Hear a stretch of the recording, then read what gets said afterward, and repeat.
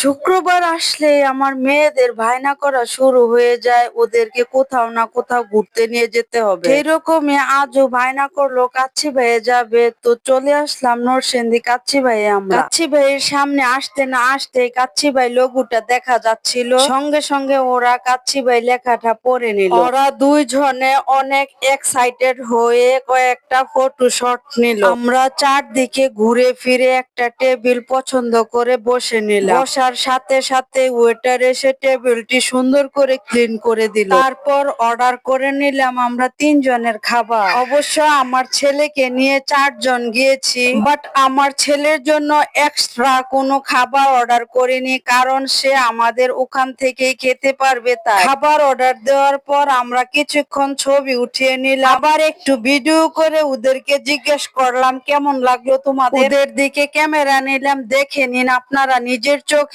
কেমন রিয়াকশন ওদের। খাবার আসার আগে আমাদের সবার প্লেট গুলো সাজিয়ে দিয়ে গেল ওয়েটার, সাথে দিল কাচ্চি ভাই একটি বাদাম শরবত। আর আমরা দেখছিলাম প্রতিটি প্লেটে কাচ্চি ভাই লেখা, এমনকি টিস্যুতেও কাচ্চি ভাই লেখা। আমরা বাদাম শরবতটা একটু টেস্ট করে নিলাম সবাই, খুবই ভালো লেগেছিল বাদাম শরবতটা।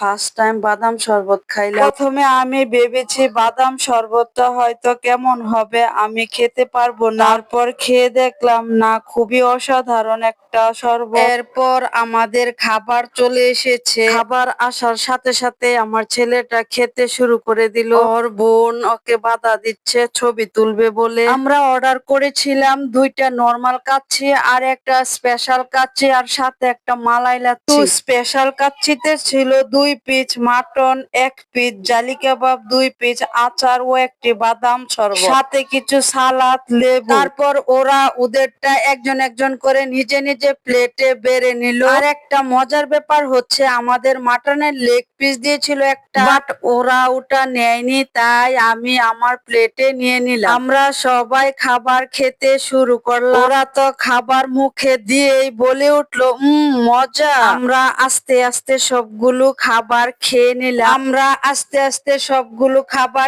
নিলাম। তারপর ওয়েটার ভাই এসে আমাদেরকে দিয়ে দিল কতগুলো ভাজা চাল, সাথে কালারিং হোমিও বড়ি। ধন্যবাদ সবাইকে, টাটা।